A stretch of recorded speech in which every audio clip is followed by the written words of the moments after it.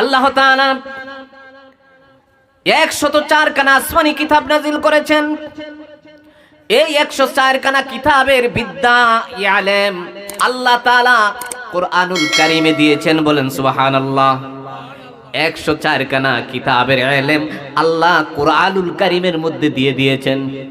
কুরআনুল কারীমের সমগ্র ইলম আল্লাহ তাআলা সূরাতুল ফাতিহার মধ্যে দিয়েছেন। জুড়ে বলেন না সুবহানাল্লাহ। যে ব্যক্তি একবার সূরাতুল ফাতিহা তেলাওয়াত করে কেমন জানি সে 104 খানা আসমানি কিতাব খতম করে ফেলল। জুড়ে বলেন সুবহানাল্লাহ। একবার সূরা ফাতিহা পড়লে 104 খানা যে আসমানি কিতাব সেটা পড়া হয়ে যায়। বলবেন না সুবহানাল্লাহ। আজকে এই সূরা আমরা পড়ব, অর্থ সহ পড়ব, কি আছে এর মধ্যে আমরা জানবো সবাই। ওয়া আলা আলি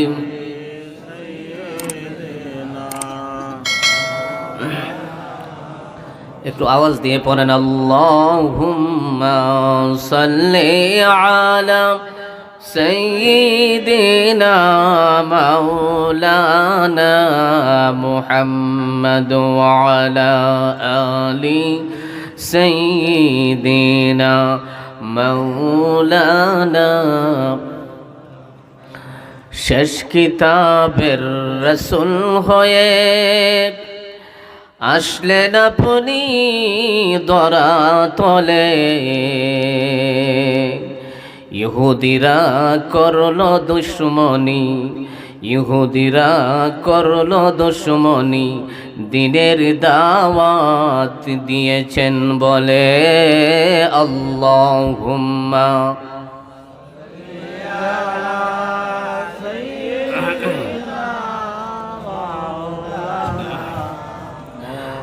وعلى آل سيدنا مولانا لا إله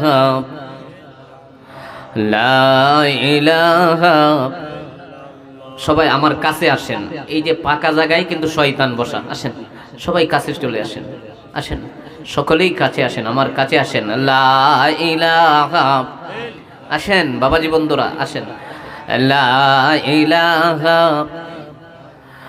লা ইলাহা ইল্লাল্লাহ, লা ইলাহা লা ইলাহা ইল্লাল্লাহ, লা ইলাহা। আদম নবী সফিউল্লাহ, আদম নবী সফিউল্লাহ, নূহ নবী নজিউল্লাহ, মুদের নবী হাবিবুল্লাহ। লা ইলাহা লা ইলাহা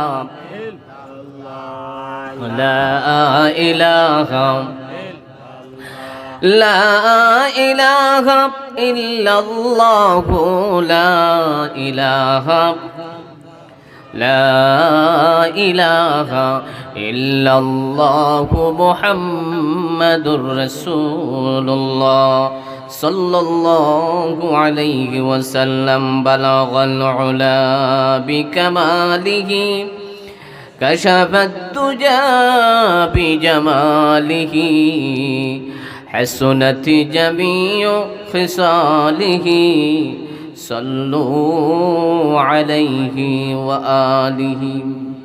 শামসুল উলামা আল্লামা ফুলতলি সাহেব কিবলা রহমতুল্লাহি আলাইহি, মরহুম হাজী তরাজ মিয়া সাহেব, মরহুম ফরাজ মিয়া সাহেব ও এলাকার মুর্দাগানের ইসালের সব উপলক্ষে তৃতীয় বার্ষিক অজদর মাহফিলের সম্মানিত সভাপতিবৃন্দ, অবস্থিত উলামাই কেরাম, আমার সামনে উপবিষ্ট দিনদার ইমানদার মুসলমান ভাইরা, পর্দার আড়ালের মা ও বোনেরা, সবাইকে জানাই আন্তরিক মোবারকবাদ। সাথে সাথে সেই আল্লাহ তাআলার দরবারে শুকর আদায় করব যিনি আমাদেরকে এই ঠান্ডাকে উপেক্ষা করে, সকল প্রকার ব্যস্ততাকে উপেক্ষা করে, আরামের ঘুমকে হারাম করে জান্নাতের বাগানে কোরআন ও হাদিসের মাহফিলে আসার এবং বসার মন মানসিকতা ও সুযোগ যিনি করে দিয়েছেন, সে মহান প্রভুর দরবারে কালিমাতুশ শুকর সবাই শুকরিয়াতান পড়ি আলহামদুলিল্লাহ। আওয়াজটা সেরকম হয় নাই, আর একটু আওয়াজ, এই যে নির্বাচনের আওয়াজ হয়েছে না হলো। আবার শুকরিয়াতান পড়ি আলহামদুলিল্লাহ। না না, এখনো হয় নাই। শয়তান আশপাশে বলতেছে আমার আওয়াজ আরো বেশি বড়, তো আর একটু জোরে পড়ি আলহামদুলিল্লাহ। আমরা এমন এক জায়গায় বসে আছি যেটা জান্নাতের বাগান। এখানে আসলে আর বসলে লাভ না লস? জোরে বলেন, লাভ না লস? এখানে বসার সাথে সাথে আমাদের জিন্দিগির যত সগীরা গুনাহ ছিল সব মাফ হয়ে গেছে। আচ্ছা বলেন, এটা জান্নাতের বাগান, ঠিক কিনা বলেন? আল্লাহ তাআলা কোন গুনাহগারকে কি জান্নাতে ঢুকাবে? বলেন, কোন গুনাহগারকে জান্নাতে ঢুকাবে না। জান্নাতে তারাই ঢুকবে যাদের গুনাহ নাই, ঠিক কিনা বলেন? এটা জান্নাতের বাগান। সুতরাং জান্নাতের বাগানের ভিতরে আমরা প্রবেশ করেছি, এই মুহূর্তে আমাদের কোনো গুনাহ নাই। জোরে বলেন সুবহানাল্লাহ। আমরা এখন জান্নাতি মেহমান। আল্লাহ যদি আমাদের সকলের নামটা জান্নাতীদের তালিকার মধ্যে লেখে এই মুহূর্তে, আল্লাহর কোনো কমতি হবে? তাই যারা জান্নাতের বাগানে এখনো আসে নাই, যারা জান্নাতের বাগানে এখনো আসে নাই, আমি বলবো ওনারা রাস্তাঘাটে অনেকেই আছে, দোকানে পাটে আছে, নাই আছে না নাই বলেন? বাবা, এই আজকের মাহফিল হওয়াতে আপনারা খুশি না বেজার? সবাই খুশি নি? আল্লাহ তাআলা খুশি, সকল ফেরেশতারা খুশি, মুর্দাগান খুশি, ঠিক কিনা বলেন? সবাই খুশি, কিন্তু বেজার কে? শয়তান, ঠিক কিনা বলেন? আমরা, আপনারা যারা এসেছেন শয়তানের সাথে জিহাদ করে এসেছেন, কিন্তু না হয় এখন বিছনায় থাকতেন, ঠিক কিনা বলেন? ঠান্ডা, যাব কি যাব না কত ফিকির করছেন, ঠিক কিনা বলেন? আচ্ছা চলে যাই, এই শয়তানকে উপেক্ষা করে যারা আসছেন আলহামদুলিল্লাহ, সবাই বলি আলহামদুলিল্লাহ। এজন্যই আমি সবাইকে বলবো যারা রাস্তাঘাটে আছেন, আমি কিন্তু আপনাদের মেহমান, ঠিক কিনা বলেন? আমি কিশোরগঞ্জ, আমার বাড়ি কোথায় বলেন? এই কিশোরগঞ্জের ভাষা বুঝতে পারতেছেন তো? কোনো অসুবিধা হবে না তো ইনশাআল্লাহ? সুতরাং মেহমানকে হাদিস শরীফে এসেছে ফাল ইউকরিম দাইফাহু। এখন দেখা যায় কিশোরগঞ্জ থেকে মেহমান আনলেন, মাঠ দেখা যায় এখনো ভরে নাই, ঠিক কিনা বলেন? তো এই কিশোরগঞ্জের হুজুর আইনের লাভ কি হইলো বলেন? আমি বলতে চাই এলাকায় মা ও বোনদেরকে বলবো, আপনাদের ছেলেকে, আপনাদের স্বামীদেরকে মেহেরবানি করে জান্নাতের বাগানে এই মুহূর্তে পাঠান। যদি মা আপনি পাঠাতে পারেন, আল্লাহ আপনাকে কাল হাসরের ময়দানে জান্নাতে পাঠাবে। এটা জান্নাতের বাগান। সন্তানকে পাঠাবেন এই মুহূর্তে জান্নাতের বাগানে, স্বামীকে জান্নাতের বাগানে পাঠাবেন, কাল হাসরের ময়দানে মা আপনাকে জান্নাতের বাগানে পাঠাবে আমার আল্লাহ, ঠিক কিনা বলেন? আল্লাহ কবুল করুন, সবাই বলে আমিন। আমি আপনাদের সামনে পবিত্র কোরআনুল কারীমের প্রথম সূরা, যে সূরাটার নাম সূরাতুল ফাতিহা, বলেন সূরাতুল ফাতিহা। এই সূরাতুল ফাতিহা মানে, সূরাতুল ফাতিহা মানে শুরু হওয়া, শুরু, ফাতিহা মানে শুরু। কোরআন যে সূরা দিয়ে শুরু, সেই সূরার নাম কি বলেন? সূরাতুল ফাতিহা। ফাতিহা মানে শুরু, কোরআন যে সূরা দিয়ে শুরু, সেই সূরাটার নামই হচ্ছে সূরাতুল ফাতিহা, ঠিক কিনা বলেন? এই সূরাতুল ফাতিহা মানে আলহামদুলিল্লাহি রাব্বিল, সবাই জানেন না? এটা এমন সূরা যে সূরা ছাড়া নামাজ হয় না, ঠিক কিনা বলেন? আল্লাহর নবী বলেন লা সালাতা ইল্লা বিফাতিহাতিল কিতাব, সূরাতুল ফাতিহা ব্যতীত নামাজ হয় না। আচ্ছা আপনি যে আশার নামাজ পড়লেন, কয় রাকাত ফরজ পড়ছেন বলেন? 4 রাকাতে সূরা ফাতিহা আছে না নাই? এরপর সুন্নত কয় রাকাত পড়ছেন? 2 রাকাত। 2 রাকাতের প্রথমে আছে না সূরা ফাতিহা? পড়ছেন। বেতরের নামাজ কয় রাকাত পড়ছেন? 3 রাকাত। 3 রাকাতে সূরা ফাতিহা পড়ছেন? পড়েন নাই? এরপরে আপনার ফজরের নামাজ ফরজ কয় রাকাত, সুন্নত কয় রাকাত? সব মিলায় 4 রাকাত। 4 রাকাতে সূরা ফাতিহা আছে না নাই? আচ্ছা বলেন যোহরের নামাজে মনে হয় নাই, আসেনি? যোহরের নামাজ ফরজ কয় রাকাত? আরো জোরে বলেন কয় রাকাত? 4 রাকাত। 4 রাকাতে সূরা ফাতিহা আসেনি? সুন্নতে আসেনি? তে এমন সূরা আমি দেখছি হিসাব কইরা, সুন্নত আর ফরজ মিলাইয়া 29 রাকাত নামাজ আমরা দৈনিক 5 বার পড়ি। 29 রাকাত, 29 রাকাতে 29 বার সূরা ফাতিহা। বলবেন না সুবহানাল্লাহ? যাদের বয়স 50 হয়ে গেছে, 20 বছর ধরে নামাজ পড়তেছেন, তাহলে একটু হিসাব করে দেখেন জীবনে কত হাজার বার সূরা ফাতিহা পড়ছেন। বলেন না সুবহানাল্লাহ? এত সূরা এতবার পড়ি আমি, কিন্তু জানি না কিছুই। আজকে আমি এই সূরা সম্পর্কে কিছু আলোচনা করব। সবাই কান পেতে শুনবেন। আল্লাহ তাআলা আমাদেরকে শোনার এবং বুঝার, আমল করার তৌফিক দান করবে। সবাই বলি আমিন। আরো জোরে পড়ি আমিন। এই সূরায় আয়াত হলো 7টি। কয়টি? 7টি। এই সূরাটা নাজিল হয়েছে মক্কায়।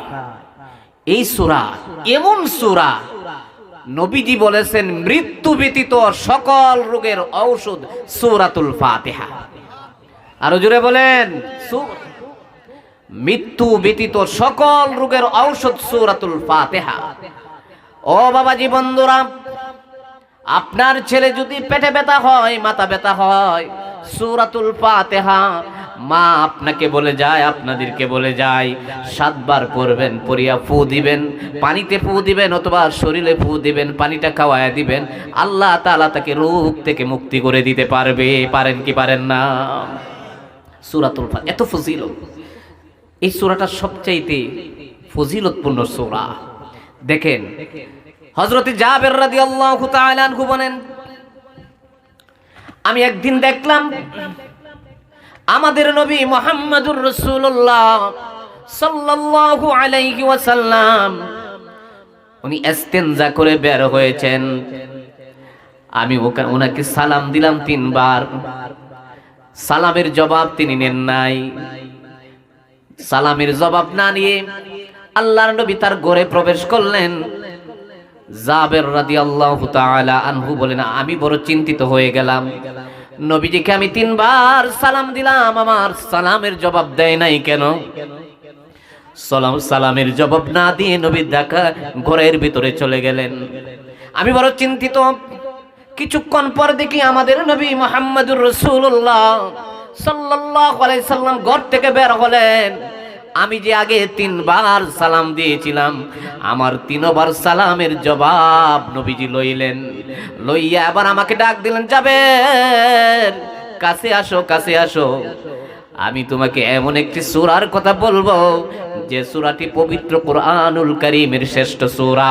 সেই সূরাটি হচ্ছে আলহামদুলিল্লাহি রাব্বিল আলামিন। পড়ুন আমার সাথে, আলহামদুলিল্লাহি রাব্বিল আলামিন। এই সূরা শ্রেষ্ঠ সূরা। বলবেন না সুবহানাল্লাহ? এখন আসেন এই সূরার মাঝে সূরাটা নাজিল হইল কেন? আমরা আজকে এই সূরা সম্পর্কে জানব। সবাই বুঝবেন, কিছু শিখার এবং জানার চেষ্টা করবেন। কতবার না আমরা এই সূরাটা পড়ি, ঠিক কিনা বলেন?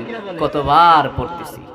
আজকে আমরা জানবো যে সূরাটা যতবার পড়ি ততবার না মজা লাগে। লাগে কিনা? একটু পড়েন তো আমার সাথে, আলহামদুলিল্লাহি রাব্বিল আলামিন আর রহমানির রহিম মালিকি ইয়াউমিদ্দিন। কত না ভালো লাগে, ঠিক কিনা বলেন? এই যে হাফেজ সাবরা রমজানে যে পড়ে, বারবার পড়ে, যতবার পড়ে ততবার তো মজাই লাগে। কোন মুসল্লি বলে না একথা, বারবার খালি ফাতিহা পড়ো। আপনারা কেউ বলছেন? বলবেন না সুবহানাল্লাহ? আল্লাহ কি মজা না ঢুকাইলেন। আজকে সেই সূরা সম্পর্কে আমরা জানবো। আপনারা রাজি আছেন তো? রাজি আছেন তো? আর সবাই পড়ে আমিন। মনোযোগ সহকারে শুনবেন। দেখেন এই সূরাটা নাজিল হলো কেন? নবীজি একদিন হাতিমে কাবা, আল্লাহর ঘরের সামনে বসা। তো এমন সময় একটি বিকট শব্দ হলো, এত আওয়াজ হলো, শব্দ। সাহাবাই কেরামগণ ভয় পেয়ে গেলেন। কিছুক্ষণের ভিতরে জিব্রাইল হাজির হয়ে গেল। আল্লাহর নবীকে জিব্রাইল ডাক দিয়ে বললেন, ইয়া রাসূলুল্লাহ, ইয়া হাবিবাল্লাহ, কিছুক্ষণ আগে যে একটি বিকট শব্দ হলো, এতে কি আপনি ভয় পেয়ে গেছেন? আল্লাহর নবী বললেন, জিব্রাইল তুমি বলো কি কিসের আওয়াজ হয়েছে? জিব্রাইল বললেন, ইয়া রাসূলুল্লাহ, ইয়া হাবিবাল্লাহ, ফুতিহাত বাবুম মিনাস সামা। এই মুহূর্তে আসমানের এমন একটি দরজা খুলেছে, এই দরজাটা ইতিপূর্বে কোনো সময় খুলে নাই। আর এই দরজা দিয়ে এমন একজন ফেরেশতা হাজির হয়েছে, যে ফেরেশতা পৃথিবীতে আর কোনোদিন আগমন করে নাই। আর ওই ফেরেশতা এমন একটি সূরা নিয়ে এসেছে, যে সূরাটি কমপ্লিট, পরিপূর্ণ একখান সূরা। জিব্রাইল কি করলেন? এই সূরাটা পাঠ করে শোনাইলেন। সেই সূরাটাই হলো সূরাতুল ফাতিহা। জোরে বলেন সুবহানাল্লাহ। জিব্রাইল শুনাইলেন, হুজুর আপনি শুনুন সেই সূরাটাকে, আলহামদুলিল্লাহি রাব্বিল আলামিন। হুজুর এই সূরা আল্লাহ তাআলা আপনাকে উপহার দিলেন, আপনি প্রত্যেক নামাজে প্রতি রাকাতে পড়বেন। বলেন সুবহানাল্লাহ। আরেকটা বর্ণনা আছে, নবীজির উপর যখন কোরআন নাজিল হলো হেরা গুহায়, হেরা গুহা যেখানে কোরআন নাজিল হয়েছিল, এখানে আমি উঠেছি, আমি গেছিলাম একবার, অনেক উপরে, প্রায় 1 ঘন্টা 15 মিনিট সময় লেগেছে আমার উঠতে পাহাড়ে, এত উঁচা। বলেন না সুবহানাল্লাহ। আমার নবী ধ্যানমগ্ন থাকতেন যে জায়গায়, ওখানে 2 রাকাত নামাজ পড়ার সুযোগ আমার হয়েছে। পড়ুন আলহামদুলিল্লাহ। যেখানে সর্বপ্রথম জিব্রাইল এসে বললেন, ইকরা বিসমি রাব্বিকাল্লাযী খালাক, 5টি আয়াত নাজিল হয়েছে। হযরত জিব্রাইল আলাইহিস সালাতু ওয়াস সালাম হেরা গুহায় সর্বপ্রথম আল্লাহর নবীকে এই 5টি আয়াত দিলেন। 5 আয়াত নিয়ে নবীজি বাড়িতে চলে আসলেন। নবীজি অনেক ভয় পেয়ে গিয়েছিলেন, নবীজির শরীরে জ্বর এসে গিয়েছিল। আল্লাহর নবী এরপরে মাঝে মাঝে যখন ঘর থেকে বাহির হওয়ার পরে হঠাৎ করে আকাশের দিকে তাকায়া দেখেন, কে যেন একজন আসমান আর জমিনের মধ্যখানে নূরের মিম্বারে বসে ইয়া মুহাম্মদ বলে ডাক দেয়। নবীজির ওই যে 5 আয়াত নাজিল হয়েছে, সে সময় তো অনেক ভয় পেয়েছিলেন, ওই ভয় এখনো কাটে নাই। আল্লাহর নবী আবার ঘর থেকে বাহির হইলেই শুধু শুনতে পান আর দেখতে পান আসমান আর জমিনের মধ্যখানে নূরের মিম্বরে বসে ডাকছে ইয়া মুহাম্মদ, ইয়া মুহাম্মদ। নবীজি ভয় পেয়ে গেলেন। তার স্ত্রী হযরতে খাদিজাতুল কুবরাকে ডাক দিলেন, ও খাদিজা, আমার তো এখন আরো বেশি ভয় লাগে। ঘর থেকে বাহির হইলেই দেখি আসমান আর জমিনের মধ্যখানে নূরের বিম্বরে বসে আমাকে কেন কে যেন ইয়া মুহাম্মদ করে ডাক দেয়, আমি তো ভয় পেয়ে যাই। খাদিজা বললেন, স্বামী ভয় পাবেন না, আসুন চলে যায় আমার চাচাতো ভাই ওয়ারাকা ইবনে নওফল। ওয়ারাকা ইবনে নওফল বড় একজন আলেম, ইহুদি আলেম, বড় একজন আলেম, আমার চাচাতো ভাইয়ের কাছে চলে যায়। হযরতে খাদিজাতুল কুবরা রাদিয়াল্লাহু তাআলা আনহা হযরত রাসূল আকরাম সাল্লাল্লাহু আলাইহি সাল্লামকে নিয়ে গেলেন আবারও হযরতে ওয়ারাকা ইবনে নওফলের কাছে। ওয়ারাকা ইবনে নওফলকে নবীজি ঘটনা শুনাইলেন যে এখন তো আমি ঘর থেকে বাহির হইলেই দেখি আসমান আর জমিনের মধ্যখানে নূরের মিম্বরে বসে কে যেন ইয়া মুহাম্মদ বলে ডাক দেয়, আমি তো ভয় পাই। ওয়ারাকা ইবনে নওফল বললেন, ইয়া মুহাম্মদ তুমি ভয় পাবা না, তোমাকে আসমান আর জমিনের মধ্যখানে বসে নূরের মিম্বরে বসে যিনি ডাক দেয় ইয়া মুহাম্মদ বলে, আমার মনে হয় উনি একজন আল্লাহর তৈরি ফেরেশতা। এখন যদি তোমাকে ডাক দেয়, ডাকে তুমি সাড়া দিয়ে বলবা লাব্বাইক, জুড়ে বলেন সুবহানাল্লাহ। নবীজি বের হলেন, কিছুক্ষণ পরে আওয়াজ আসলো আসমান আর জমিনের মধ্যখানে নূরের মিম্বার থেকে আওয়াজ দিল ইয়া মুহাম্মদ। নবীজি জবাব দিলেন লাব্বাইক লাব্বাইক, জুড়ে বলেন না সুবহানাল্লাহ। এই আসমান আর জমিনের মধ্যখানে যে নূরের মিম্বরে যিনি বসে ডাক দিলেন মুহাম্মদ করে, উনি বলছেন নবী গো আপনি কি ভয় পেয়ে গেছেন? ভয় পাবেন না, আমি আল্লাহর পক্ষ থেকে জিব্রাইল, জুড়ে বলেন সুবহানাল্লাহ। আমি জিব্রাইল আল্লাহর পক্ষ থেকে এসেছি আপনার জন্য একখান কমপ্লিট সূরা নিয়ে, সূরাতুল ফাতিহা। এবার জিব্রাইল সুন্দর করে শোনাইলেন, নবী আপনি পড়ুন আলহামদুলিল্লাহি রাব্বিল আলামিন। পড়বেন না আমার সাথে? আলহামদুলিল্লাহি রাব্বিল আলামিন আর রহমানির রহিম। আসুন, এই যে সূরা নাজিল হলো, এখন এই সূরা সম্পর্কে আমরা একটু ভিতরে ঢুকি। দেখেন না, এই সূরার মধ্যে জিব্রাইল আর কি বললেন, হুজুর এই যে সূরায়ে ফাতিহা, এটা এমন এক সূরা যে সূরা তাওরাতে নাই, ইনজিলে নাই, জবুরে নাই, কোরআনের মধ্যেও নাই। জোরে বলেন সুবহানাল্লাহ। এটি এমন এক শ্রেষ্ঠ সূরা। আল্লাহ তাআলা 104 খানা আসমানি কিতাব নাজিল করেছেন। এই 104 খানা কিতাবের বিদ্যা ইলম আল্লাহ তাআলা কোরআনুল কারীমে দিয়েছেন। বলেন সুবহানাল্লাহ। 104 খানা কিতাবের ইলম আল্লাহ কোরআনুল কারীমের মধ্যে দিয়ে দিয়েছেন। কোরআনুল কারীমের সমগ্র ইলম আল্লাহ তাআলা সূরাতুল ফাতিহার মধ্যে দিয়েছেন। জুড়ে বলেন না সুবহানাল্লাহ। যে ব্যক্তি একবার সূরাতুল ফাতিহা তেলাওয়াত করে, কেমন জানি সে 104 খানা আসমানি কিতাব খতম করে ফেলল। জুড়ে বলেন সুবহানাল্লাহ। একবার সূরায়ে ফাতিহা পড়লে 104 খানা যে আসমানি কিতাব সেটা পড়া হয়ে যায়। বলবেন না সুবহানাল্লাহ। আজকে এই সূরা আমরা পড়ব, অর্থ সহ পড়ব, কি আছে এর মধ্যে আমরা জানবো, সবাই বোঝার। আমি এই জন্যই নিয়েছি, এটা না কতবার আমরা তেলাওয়াত করি, কিছু না জানি, ঠিক কিনা বলেন? সবসময় তো কিচ্ছা কাহিনী আমরা শুনি। তো আজকে আমার মনটা বলছে, আমি আজকে এখানে সবাই নামাজি, যারা আসছে সবাই নামাজি, সবারই এই সূরাটা মুখস্থ আছে, ঠিক কিনা বলেন? মা বোনদের সবারই, কেউ কোনো সূরা জানুক আর না জানুক, এইটা জানে, ঠিক কিনা বলেন? বাবাজি বন্ধুরা, আপনারা জানেন না? তো আজকে আমরা জানি এত মহত্ব।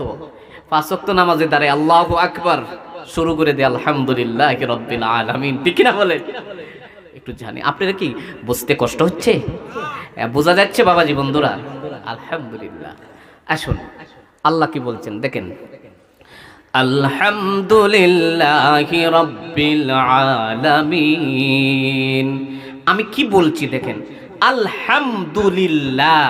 আলহামদু অর্থ হচ্ছে সকল প্রশংসা, লিল্লাহি আল্লাহর জন্য। তাহলে অর্থ কি? সকল প্রশংসা আল্লাহর জন্য।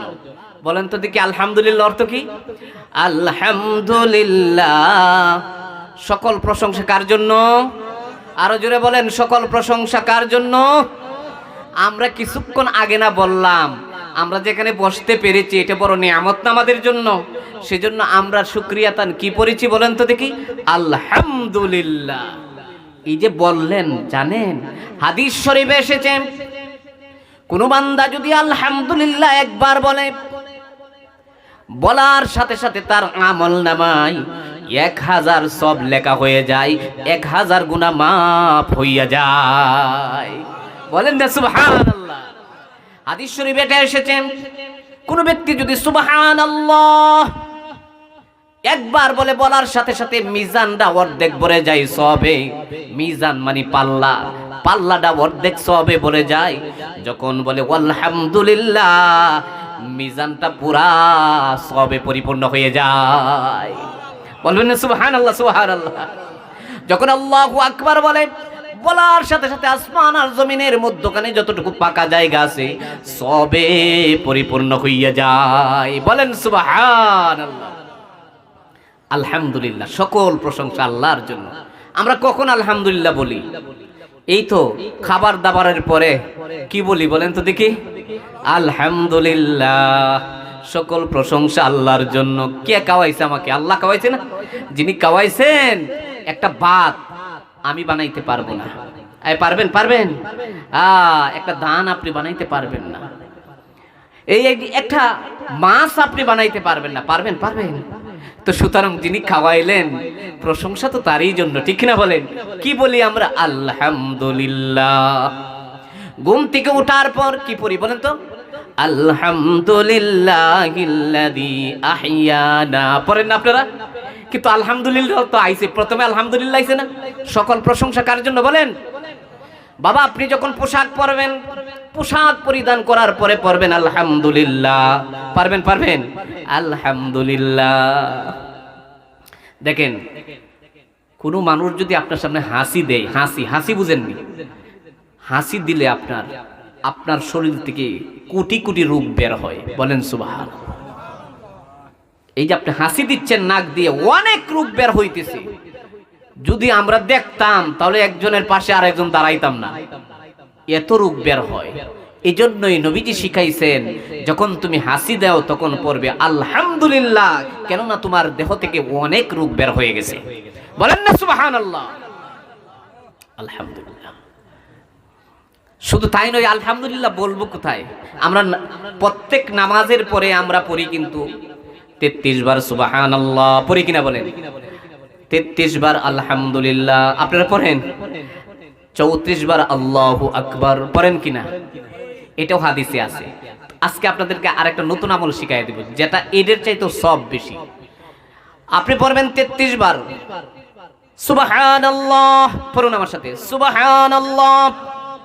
33 বার পড়বেন আলহামদুলিল্লাহ, 33 বার পড়বেন আল্লাহু আকবার, আর 100 পূর্ণ করবেন এই কালিমা পড়ে আমার সাথে পড়বেন লা ইলাহা ইল্লাল্লাহু ওয়াহদাহু লা শারীকা লা, লাহুল মুলকু ওয়া লাহুল হামদু ওয়া হুয়া আলা কুল্লি শাইইন কাদির। পড়েন তোমার সাথে লা ইলাহা ইল্লাল্লাহু ওয়াহদাহু লা শারীকা লা, লাহুল মুলকু ওয়া লাহুল হামদু ওয়া হুয়া আলা কুল্লি শাইইন কাদির। আল্লাহর নবী বলেন কোন ব্যক্তি যদি প্রত্যেক ফরজ নামাজের পরে 33 বার সুবহানাল্লাহ পড়ে, 33 বার আলহামদুলিল্লাহ পড়ে, 33 বার আল্লাহু আকবার পড়ে, 100 পূর্ণ করে ওই কালিমা পড়ে লা ইলাহা ইল্লাল্লাহু ওয়াহদাহু লা শারীকা লা, লাহুল মুলকু ওয়া লাহুল হামদু ওয়া হুয়া আলা কুল্লি শাইইন কাদির।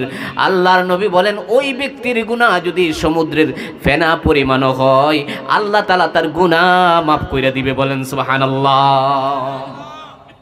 আমরা পড়ব, সবাই কি পড়ার তৌফিক দান করুন, সবাই পড়ি আমিন। তাহলে আমরা পাইলাম আল্লাহ তাআলা কোনো নিয়ামত দিলে আর কোনো বিপদ চলে গেলে আমরা কি পড়ব বলেন? আলহামদুলিল্লাহ। সন্তান লন্ডন আমেরিকা পাঠাইলেন, কি বলবেন? সন্তান টাকা পয়সা পাঠাইছে কামাই করে, কি বলবেন? বলেন না আলহামদুলিল্লাহ। আমার আল্লাহ বড় খুশি হয়, বড় খুশি হয়। জমিন থেকে ফসল উঠায় আনলেন, কি বলবেন? কি পড়বেন? বলেন আলহামদুলিল্লাহ। আমরা যেন এটা না বলি, আমলটা যেন আমরা করি। আল্লাহ করার তৌফিক দান করুন, সবাই পড়ি আমিন।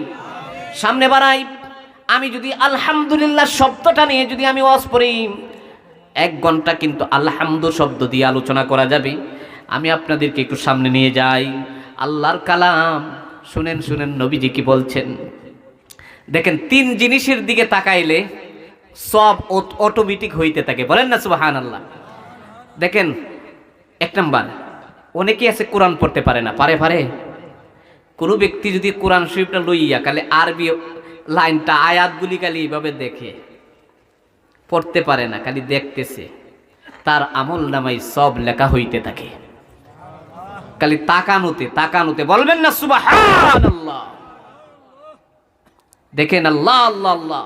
যারা কোরআন পড়তেই পারে না, ওরা যদি খালি কোরআনটা লইয়া এইভাবে তাকায়া থাকে, আল্লাহ এটা আল্লাহর কালাম, পৃষ্ঠার একটার পর একটা উল্টাইতেছে, দেখতেছে মহব্বতের সাথে, তার আমল নামাই সব লেখা হইতে থাকে।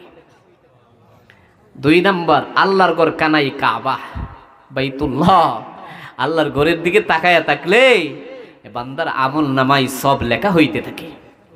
3 নাম্বার, মা বাবার চেহারা। জোরে বলেন না সুবহানাল্লাহ। কোন সন্তান যদি মা বাবার চেহারার দিকে মায়ার নজরে তাকায়া থাকে, আল্লাহর নবী বলেন সেই সন্তানের আমল নামাই সব লেখা হইতে থাকে। শুধু সব লেখা হয় না, কোন সন্তান যদি মা বাবার চেহারার দিকে রহমতের নজরে তাকায়, তাকানোর সাথে সাথে তার আমল নামায় একটা হজ্জে মাবরুর লেখা হইয়া যায়। হজ্জে মাবরুর মানে কি? যে হজ কবুল হয়ে যায়, যে হজ কবুল হয় সেই হজকে হজ্জে মাবরুর বলা হয়। দেখেন, মক্কা মদিনা জিয়ারত করলেন, হজ করে আসলেন, সে হজ কবুল হইতেও পারে, না হইতে পারে, নাও হইতে পারে, এটা আমি জানি না, ঠিক কিনা বলেন। কিন্তু ওই হজ কবুল কোন সন্তান যদি মা বাবার চেহারার দিকে রহমতের নজরে তাকায়, তাকানোর সাথে সাথে তার আমল নামায় একটা হজ লেখা হয়ে যায়, এমন হজ যে হজটা সঙ্গে সঙ্গে কবুল হইয়া যায়। আর একটু জুড়ে বলেন না সুবহানাল্লাহ।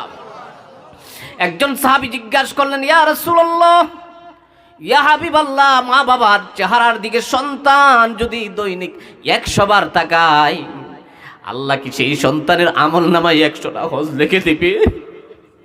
নবীজি বললেন, নাম, হ্যাঁ, কোন সন্তান যদি মা বাবার চেহারার দিকে মায়ার নজরে দৈনিক 100 বার তাকায়, তার আমল নামায় 100টা হজ কবুল হজ লিখে দেওয়া হবে। বলেন না সুবহানাল্লাহ। কিন্তু সন্তান তো এখন মা বাবার চেহারার দিকে তাকানোর সময় নাই। বলতে পারেন, হুজুর কেন সারাদিন মোবাইলের দিকে তাকায়া থাকে? কানের মধ্যে ইয়ারফোন লাগাইয়া রাস্তাঘাটে ঘুরে, হাইরে কোথায় থাকে সন্তান তা বলা যায় না, ঠিক কিনা বলেন। মা বাপ বেহুশ হইয়া খুঁজে, সন্তান কোথায়, সন্তান কোথায়। রাত গভীর হয়ে গেছে, বাড়ির সব মানুষ ঘুমে, কিন্তু আমার ছেলে তো দেখতেছি না, আইতেছে না, কেন আসছে না? ও তো ইয়ারফোন লাগাইয়া তার বয় গার্লফ্রেন্ডের সাথে কথা বলতেছে, রাতে রাত পার করে দিতেছে, ঠিক কিনা বলেন। আরো জুড়ে বলেন না নাউযুবিল্লাহ। মা বাবার দিকে তাকানোর সময় নাই। এই যুবক ভাইয়েরা, মা বাপকে দুঃখ দিবা না, কষ্ট দিবা না। পায়ে ধরে বলে যাই, আল্লাহ তাআলার কালামে আল্লাহর হকের পরেই যার হকটা উল্লেখ করেছেন সেটাই হচ্ছে মা বাবার হক। জুড়ে বলেন সুবহানাল্লাহ। আচ্ছা বলেন, এই পৃথিবীতে আমাদের জন্য সবচাইতে বেশি দোয়া কারা করেছেন? বলেন বলেন। আমার জন্য আমার মা বাবা, ঠিক কিনা বলেন? আচ্ছা বলেন, আমার জন্য সবচাইতে বেশি যিনারা দোয়া করেছেন এই পৃথিবীতে, বলেন তো তারা কারা? মা বাবা। মা বাবা, মা বাবা, নামাজ শেষ সব ভুলে যায়, কিন্তু সন্তান সন্ততির কথা মা বাবা ভুলে না। কথা ঠিক, কথা ঠিক। আচ্ছা বলেন তো দিকে, এই পৃথিবীতে আমার জন্য সবচাইতে বেশি যারা কেঁদেছেন, চোখের পানি ফেলেছেন, তারা কারা? মা বাবা। আমার জন্য সবচাইতে রাত্রি জাগরণ করেছেন যারা, বলেন তো কারা? মা বাবা। সারা রাত সজাগ রয়েছ, ও সন্তান তুমি ঘুমাও নাই। আল্লাহ তো আমাদেরকেও সন্তান দিয়েছি, হাইরে রাতের রাত কান্দে পার করে সন্তান, মা ঘুমাই না। প্রস্রাব করে শরীরে মা ঘৃণা করে না, পায়খানা করে শরীরে মা ঘৃণা করে না। কি না মায়ের মহব্বত! পায়খানা করে অন্যজন, আজকে বৃদ্ধ হয়ে গেছে মা বাবা, ঘর থেকে বের হতে পারে না, বিছানায় মা বাপ পায়খানা করে প্রস্রাব করে। এমন সন্তান আছে নাকের মধ্যে কাপড় লাগাইয়া বের হয়ে যায়, এমন পুত্রবধূ আছে নাকের মধ্যে কাপড় লাগাইয়া বের হয়ে যায়, মা বাবার দিকে তাকায় না। এরকম সন্তান আছে না নাই? একটাবার চিন্তা করে দেখো, এই যুবক ভাইয়েরা, ও মুরব্বী বাবারা, একটাবার চিন্তা করো। আমি তো এইভাবেই পৃথিবীতে এসেছি, প্রস্রাব করেছি, পায়খানা করেছি, নিজে নিজে পরিষ্কার করতে পারি নাই, ঠিক কিনা বলেন? কে করেছে? আমার মা বাবা করেছে, ঠিক কিনা বলো? এই জন্যই এই মা বাবাকে দুঃখ দেওয়া যাবে না, কষ্ট দেওয়া যাবে না। আমি একজন মাকে দেখেছি, বাবা তার সন্তান হঠাৎ করে মারা গেছে, ইউনিভার্সিটিতে পড়ালেখা করে। ওই মাটারে দেখলাম, মা যেমন পাগল হয়ে গেছে। ওই যে সন্তানের যে কাপড় আছে, শার্ট আছে, প্যান্ট আছে, ওই শার্ট প্যান্ট লইয়া মা কাঁদে আর বলে, আল্লাহ, এই তো আমার বাবার কাপড়, এই তো আমার বাবার শার্ট, এই তো আমার বাবার প্যান্ট, এই বিছানায় ঘুমাইতো। মা যেন সন্তানকে ভুলতে পারে না। এই জন্যই বাবাজি বন্ধুরা পায়ে ধরে বলে যায়, ও যুবকরা, তোমার ঘরে যদি মা বাবা থাকে তাহলে সোনার মক্কা মদিনা আছে। জুড়ে বলেন সুবহানাল্লাহ। এদের চেহারার দিকে যদি তাকাও, এদের চেহারার দিকে যতক্ষণ তাকায়া থাকবা, এদের চেহারার দিকে যতক্ষণ তাকায়া থাকবা, ততক্ষণ পর্যন্ত তোমার আমল নামায় সব লেখা হবে। এমনকি তোমার আমল নামায় প্রতিটি তাকানোতে একটা একটা করে হজ লেখা হয়ে যাবে। বলেন সুবহানাল্লাহ। খবরদার, এই পৃথিবীতে এই দেখেন একটা মাসালা বলি, সন্তান যদি নামাজে থাকে কোথায় বলেন? মা বাবার হকটা কত বড়। এই শোনো, আজকে মা বাবাকে দুঃখ দাও, কষ্ট দাও, গালিগালাজ করো, কথা শুনো না, তুমি একদিন বাবা হবে, তোমার ছেলে মেয়েও শুনবে না। ঠিক কিনা বলেন? এই সেজন্যই বলে যায়, খবরদার, এখন ছেলেরা মেয়েরা অনেক বেয়াদব হয়ে গেছে মোবাইলে। ঠিক কিনা বলেন? মা বাবার কথা শুনতে চায় না। আমি আপনাদেরকে অনুরোধ করে বলি, দেখেন কত বড় হক। সন্তান যদি নফল নামাজে থাকে, এমন অবস্থায় মা বাবা যদি ডাক দেয়, নফল নামাজ ভেঙ্গে মা বাবার ডাকে সাড়া দেওয়া ওয়াজিব হইয়া যায়। বলেন সুবহানাল্লাহ। কত বড় হক, আরো বলেন না সুবহানাল্লাহ। যাই হোক, আল্লাহ আমাদের সকলকে বোঝার তৌফিক দান করুন। সবাই বলি আমিন। একটু জিকির করি, লা ইলাহা ইল্লাল্লাহ, লা ইলাহা। বাবা আর একটু জোরে, লা ইলাহা। যার অন্তরে জিকির আসবে না, মনে করবেন গুনাহগার। মনে থাকবে। আচ্ছা বলেন, মক্কায় একটি জান্নাতের টুকরা আছে, ভালো করে শুনেন। এই জান্নাতের টুকরাটার নাম হলো হাজরে আসওয়াদ। এই হাজরে আসওয়াদ, আসওয়াদুন শব্দের অর্থ পাথর, আয় কালো, আসওয়াদ কালো, হাজারুন পাথর, হাজারে আসওয়াদ কালো পাথর, এটা আরবি শব্দ। বলেন তো, হাজারে আসওয়াদ অর্থ কি? কালো পাথর। এই কালো পাথরটা সাদা পাথর ছিল, সাদা পাথরটা জান্নাত থেকে এসেছিল। বলেন না সুবহানাল্লাহ। এই পাথরটি ছিল সাদা, এসেছে জান্নাত থেকে, কিন্তু কালো হলো কেন? কই কালো হলো, এই মানুষ গুনাহগার মানুষ না, ওই পাথরকে চুমু দিয়েছে, চুমু, আর চুমু দিতে এই মানুষগুলির গুনাহ ওই পাথর নিয়েছে, আর এই পাথরটা না কালো হয়ে গেছে। কথা বুঝতে পারছে? তাহলে বলেন এবার, সাদা পাথর কালো হলো কেন? গুনাহের কারণে। ঠিক কিনা বলেন? এই আমাদের অন্তরটা সাদা, এই সাদা অন্তর কালো হয় গুনাহের কারণে। ঠিক কিনা বলেন? এই শুনেন, যখন এই সাদা অন্তর গুনাহের কারণে কালো হয়ে যায়, এই কালো অন্তর, গুনাহের অন্তর, তখন নামাজ পড়তে ভালো লাগে না, সিজদা করতে ভালো লাগে না, কোরআন তেলাওয়াত করতে ভালো লাগে না, ওয়াজ নসিহত শুনতে ভালো লাগে না, আলেমদেরকে দেখলে গায়ে জ্বালা পোড়া শুরু হয়ে যায়। এই কথা বলেন ঠিক কিনা? কারণ গুনাহ করতে করে জিকিরে বসলে জিকির আসে না। কই কেন জানো? এটা কালো হয়ে গেছে, অন্তর কালো হয়ে গেছে। আর এই কালো অন্তরকে শুধু সাদা বানাইতে চাও, গুনাহের কালো অন্তরকে যদি তুমি সাদা বানাইতে চাও, তাহলে বেশি বেশি করে আল্লাহর জিকির করতে হবে। ঠিক কিনা বলেন? এখন এই মুহূর্তে আমি দেখতে চাই কে ভালো করে জিকির করে। যদি জিকির না আসে, বাবা বুঝবেন আপনার অন্তর কালো হয়ে গেছে। একটু জিকির করা যাবে, মনোযোগ দিয়ে। লা ইলাহা ইল্লাল্লাহ, লা ইলাহা, লা ইলাহা ইল্লাল্লাহ, লা ইলাহা ইল্লাল্লাহ, লা ইলাহা ইল্লাল্লাহ, লা ইলাহা, লা ইলাহা ইল্লাল্লাহু মুহাম্মাদুর রাসূলুল্লাহ সাল্লাল্লাহু আলাইহি ওয়াসাল্লাম। আমি বলতেছিলাম আলহামদুলিল্লাহি, পড়েন আলহামদুলিল্লাহি রাব্বিল আলামিন।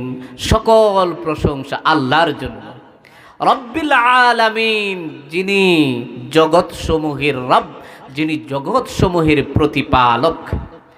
দেখেন, প্রথমে আল্লাহ বলছেন আলহামদুলিল্লাহ, সকল প্রশংসা আল্লাহর জন্য, এরপরে রব্বিল আলামিন, আলম শব্দের অর্থ জগৎ, জগৎ সমূহের প্রতিপালক। রব কাকে বলে? রব, রব্বিল আলামিন। রব কাকে বলে? রব হলেন তিনি যিনি অস্তিত্বহীনকে অস্তিত্ব দান করেন। যেমন আচ্ছা, কারো বয়স এখানে যদি 40 হয়, 41 বছর আগে আপনার কোনো নাম দাম ছিল? কিছুই ছিল না। যার বয়স 30, 31 বছর আগে, 32 বছর আগে, তার কোনো নাম দাম ছিল? কিছুই ছিল না। তাহলে দেখেন, এবার আল্লাহ তাআলা, আমাদের কোনো অস্তিত্ব ছিল না, আল্লাহ মায়ের পেটে দিলেন, মায়ের পেট থেকে আমাদেরকে পৃথিবী দেখাইলেন, ঠিক না বলেন? আল্লাহ, আমরা কিন্তু কিছু চাই নাই আল্লাহর কাছে। দেখেন রব কাকে বলে? যিনি সৃষ্টি করেছেন সব এবং সবার চাহিদা মিটান যিনি, সবার লালন পালন যিনি করেন, তিনি হলেন রব। জোরে বলেন সুবহানাল্লাহ। উনি হলেন রব। দেখেন আল্লাহ আমাদেরকে সৃষ্টি করেছেন, আমাদের অস্তিত্ব ছিল না। যিনি চাহিবার আগেই সকলের আবেদন মঞ্জুর করেন, তিনি হচ্ছেন রব। জুড়ে বলেন সুবহানাল্লাহ। বাবাজি বন্ধুরা, একটু লক্ষ্য করে দেখুন, আমি যখন মায়ের পেটে ছিলাম, আমি কোনোদিন আল্লাহর কাছে হাত চাই না, আল্লাহ তুমি আমাকে দুটো হাত দান করো। আমার আল্লাহ ভাবলেন যে আমার বান্দা পৃথিবীতে যাইবে, তার হাতের প্রয়োজন, তাই আল্লাহ আমাকে দুটো হাত দিয়ে দিলেন। আমার এই দুইটা চক্ষু, কোনোদিন আমি আল্লাহর কাছে চাই না। আমার আল্লাহ রব্বুল আলামিন ভাবলেন যে এই বান্দারা পৃথিবীতে গিয়ে আমার সৃষ্টি দেখবে, তার চোখের প্রয়োজন, তাই আল্লাহ আমাদেরকে দুইটা চক্ষু দান করলেন। বলেন না সুবহানাল্লাহ। আমি কোনোদিন পা চাই না আল্লাহর কাছে যে আমার বান্দা পৃথিবীতে আসবে, পায়ের প্রয়োজন, এক জায়গা থেকে অন্য জায়গায় যাইবে, সেই জন্য আল্লাহ তাআলা আমাদেরকে দুইটা পা দান করলেন। বলবেন না সুবহানাল্লাহ। তিনি হলেন রব, রব্বিল আলামিন, জগৎ সমূহের রব। দেখেন জগৎ একটা না, জগৎ কি একটা নেই? আমরা শুধু জানি এই জগৎ আর পরজগৎ, ঠিক কিনা বলেন? জগৎ সমূহের রব। বাবাজি বন্ধুরা, 7 জমিন 7 আসমান, আল্লাহ তাআলা যে কত জগৎ সৃষ্টি করেছেন, সকল জগতের রব হলেন আল্লাহ। আল্লাহ সব জগতের প্রতিপালক, সব কিছু আল্লাহ লালন পালন করেন। এই যে সূর্য দেখেন, সূর্য, সৌরজগৎ কিন্তু একটা নয়, কোটি কোটি সৌর জগৎ রয়েছে। বলেন সুবহানাল্লাহ। সূর্যটা কত জোরে, আর সূর্যটা কতটুকু বড়? বিজ্ঞানীরা বলেন এই যে পৃথিবী, পৃথিবীর চেয়ে 13 লক্ষ গুণ বড় হচ্ছে সূর্যটা। বলেন না সুবহানাল্লাহ। আর এই সূর্য থেকে আলো আসতে পৃথিবীতে সময় লাগে 8 মিনিট। বলবেন না সুবহানাল্লাহ। সূর্য কত বড়! বিজ্ঞানীরা এক সময় মনে করতো যে সূর্যই মনে হয় বড়, না, এরপরে দেখেন সূর্যের চাইতে তারকা বড়। বলবেন না সুবহানাল্লাহ। এক একটা তারকা, আল্লাহু আকবার, কোটি কোটি সূর্যকে গিলে ফেলতে পারবে, এমন বড়। বলেন না সুবহানাল্লাহ। আল্লাহ রাব্বুল আলামিন, আপনি উপরে যত উঠতে থাকবেন জগৎ খালি বাড়তেই থাকবে। জোরে বলেন না সুবহানাল্লাহ। আল্লাহ যে কত জগৎ সৃষ্টি করেছেন, সব জগতের প্রতিপালক কে? বলেন আল্লাহ। আরো জোরে বলেন, সব জগতের প্রতিপালক কে? আল্লাহ। এই জন্য বলছি আলহামদুলিল্লাহি রাব্বিল আলামিন, সকল প্রশংসা আল্লাহর জন্য যিনি জগৎ সমূহের প্রতিপালক। ঠিক না বলেন? এখন 2 নম্বরে যাই আমরা। প্রথম আয়াতে এইটা পড়ি নামাজে। 2 নম্বর, আর রহমানির রহিম, যিনি পরম করুণাময়ী অসীম দয়ালু। পড়েন আমার সাথে, এই যে 2 নম্বর আমরা পড়ি। আল্লাহ দেখেন পরম করুণাময় অসীম দয়ালু, আর রহমান যিনি পরম করুণাময়, রহিম অসীম দয়ালু। দেখেন রহমান, আল্লাহ দয়ালু। আচ্ছা, আল্লাহর দয়ার কোনো শেষ আছে? বলেন। আহা, আল্লাহর কত দয়া! আমরা সবার উপর আল্লাহ দয়া করেন। একজন মহিলা মুসা আলাইহিস সালাতু ওয়াস সালামের কাছে গেলেন, গিয়ে বললেন, ও আল্লাহর পয়গম্বর মুসা, আমার তো সন্তান হয় না, আপনি একটু আল্লাহর দরবারে আমার জন্য একটু দোয়া করেন, আল্লাহ যাতে একটা সন্তান আমাকে দেয়। তখন আল্লাহ রাব্বুল আলামিনের দরবারে মুসা আলাইহিস সালাম ওই মহিলার জন্য দোয়া করলেন, আল্লাহ তোমার দরবারে আরজি, ওই যে মহিলা আমার কাছে এসেছে, ওই মহিলার সন্তান নাই, একটা সন্তানের ব্যবস্থা আল্লাহ করে দাও। আল্লাহ তাআলা বললেন, না, ওই মহিলার সন্তান হবে না, সে বান্দা, সন্তান হবে না, তুমি জানায়া দাও। মহিলাকে মুসা আলাইহিস সালাতু ওয়াস সালাম জানালেন, ও মা, আল্লাহ তাআলা বলেছেন তোমার সন্তান হবে না। তখন মহিলা নিরাশ হয়ে চলে গেল বাড়িতে। বাড়িতে গিয়ে আল্লাহ রাব্বুল আলামিনের দরবারে এমন ভাবে কাঁদলেন, আল্লাহকে ডাক দিলেন তিনবার, ইয়া রহমান, ইয়া রহমান, ইয়া রহমান। জুড়ে বলেন না সুবহানাল্লাহ। আল্লাহকে দোয়া করতেছেন, আল্লাহর কাছে ডাকতে, রহমান বলে ডাকতেছেন। মুসা আলাইহিস সালাম কিছুদিন পরে ওই মহিলার বাড়ির সামনে দিয়ে হাঁটিয়ে যায়। এমন সময় দেখে ওই মহিলার কুলে, ওই যে মহিলা, ওই মহিলার কুলে দেখে যায় সুন্দর একটা পুটপুটে বাচ্চা, সুন্দর একটা ছেলে। জোরে বলেন না সুবহানাল্লাহ। মহিলাকে জিজ্ঞেস করলো, এই সন্তান কার? এই সন্তান তো আমার, আপনারা বলেছিলেন সন্তান হবে না, আমার আল্লাহ তো আমাকে সন্তান দিয়ে দিয়েছেন। মুসা আলাইহিস সালাম তো কালিমুল্লাহ, আল্লাহর সাথে কথা বলেন, ঠিক না বলেন? আল্লাহকে ডাক দিয়ে বলেন, আল্লাহ তুমি বলেছ ওই মহিলার সন্তান হবে না, আবার দেখি আল্লাহ তুমি ওই মহিলাকে সন্তান দান করেছো গো আল্লাহ। আয় আল্লাহ, এটার কি ব্যাপার? আল্লাহ বললেন, ঠিকই, ও বন্দা মহিলা, ওই মহিলার সন্তান হবে না, এটাই আমার লিখিত ছিল।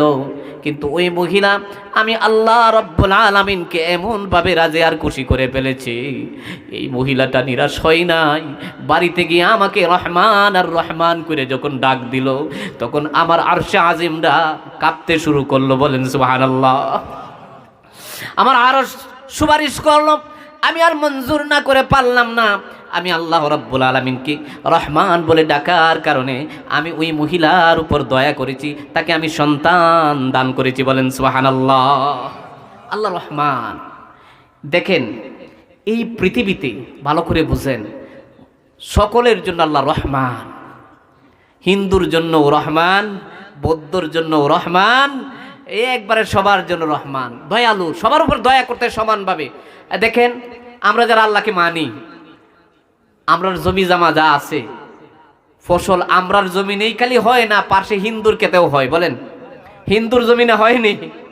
এই যে আকাশের সূর্যের যে তাপ, রৌদ্র, এই রৌদ্র শুধু আমরাই পাই না হিন্দুরাও পায়, বৌদ্ধরাও পায়? আল্লাহকে যারা মানে না, আল্লাহকে যারা গালিগালাজ করে, তারাও পায়, পায় কিনা? সবার উপর আল্লাহ দয়া করতেছে পৃথিবীতে সমানভাবে। কিন্তু আখিরাতে, পরকালে কেবলমাত্র আল্লাহ দয়া করবে মুমিনদেরকে। জুড়ে বলেন সুবহানাল্লাহ।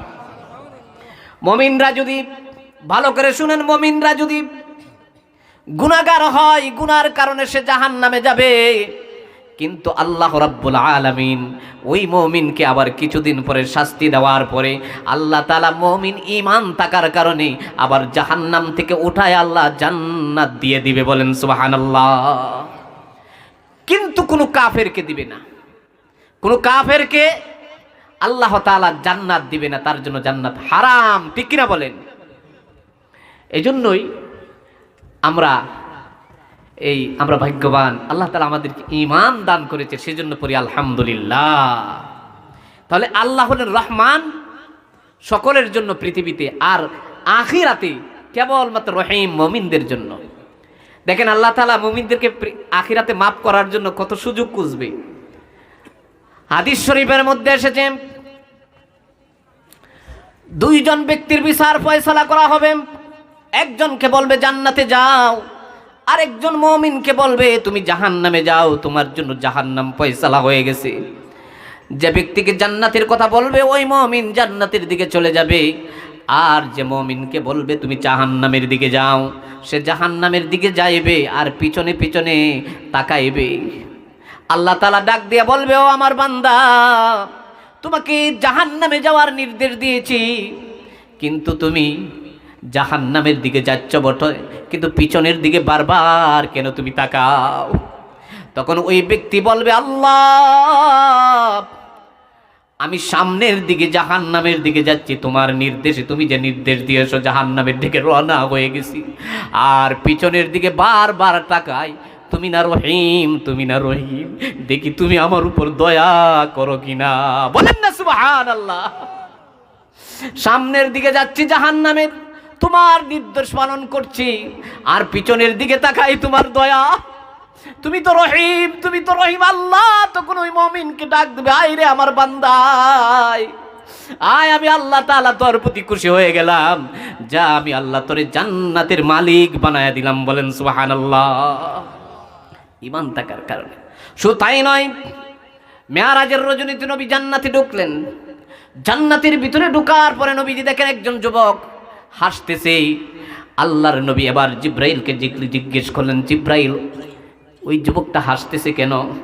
জিব্রাইল বললেন, ইয়া রাসূলুল্লাহ, ইয়া হাবিবাল্লাহ, এই যে যুবক হাসতেছে, যুবকের জন্যই হাসে।